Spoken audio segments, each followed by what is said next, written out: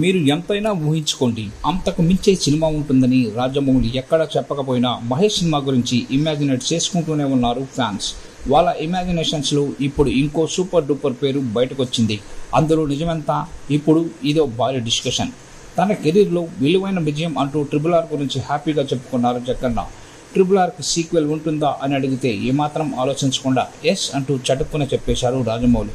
RRR sequel సంగతి సరే, ముందు మా SSMB 29 గురించి చెప్పమంటున్నారు జనాలు. SSMB 29 గురించి రాజమౌళి ఇప్పటిదాకా నోరు విప్పలేదు.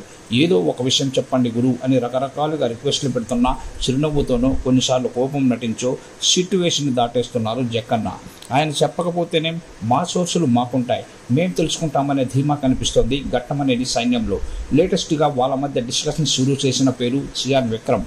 SSMB 29లో సియాన్ విక్రమ్ కీ రోల్ చేస్తున్నారన్నది టాక్. రీసెంట్గా జక్కన్న ఆయన్ని కలిసి స్క్రిప్ట్ చెప్పారన్నది వైరల్ న్యూస్. వీర ధీర శూరంతో కోలీవుడ్లో కాస్త ఊపిరి పీల్చుకున్నారు సియాన్.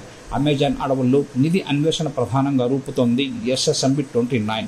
ఆల్రెడీ ప్రియాంక చోప్రా, పృథ్వీరాజ్ సుకుమారన్తో కొన్ని కీలక సన్నివేశాలను తెరకెక్కించారు.